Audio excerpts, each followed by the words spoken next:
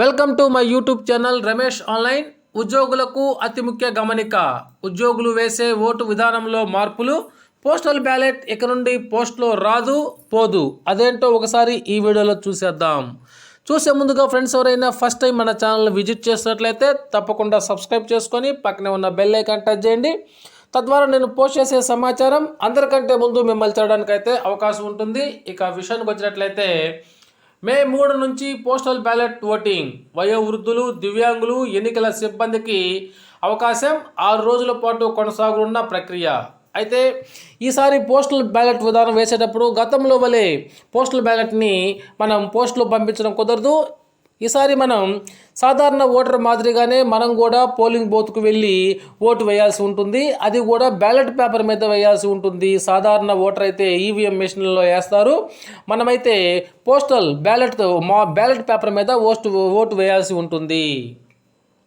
అయితే ఇది సాధారణ ఓటర్ వేసేటువంటి డేట్ కన్నా కూడా ఒక 10 రోజుల ముందుగా అనగా మే 5, 6, 7 తారీఖుల్లో వేయాల్సి ఉంటుంది. ఈ మార్పునైతే ఉద్యోగ మిత్రులు గమనించవలసి ఉంటుంది.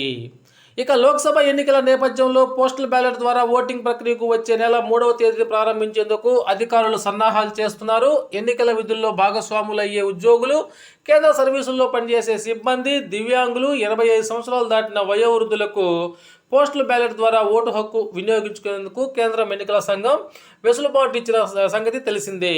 ఈ అవకాశం ఎంచుకున్న దివ్యాంగులు, వయోవృద్ధులు మాత్రమే పోస్టల్ బ్యాలెట్ ద్వారా ఇంటి నుంచి ఓటు హక్కు వినియోగించుకోవచ్చు.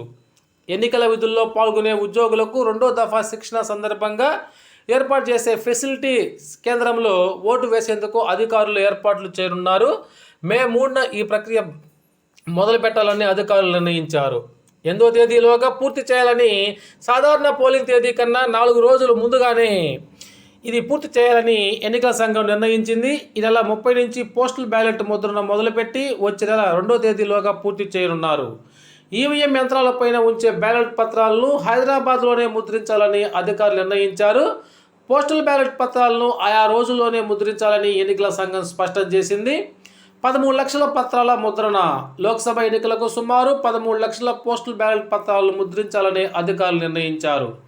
85 సంవత్సరాలు దాటిన వారు రాష్ట్రంలో ప్రస్తుతం సుమారు 4,50,000 మంది ఉన్నట్లు అంచనా. దివ్యాంగ ఓటర్లు సుమారు 5 లక్షల మంది నమోదయ్యారు.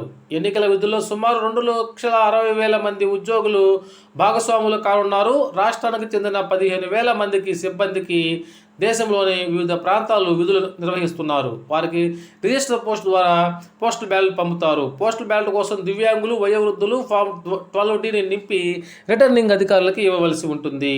Okay friends, thank you for watching.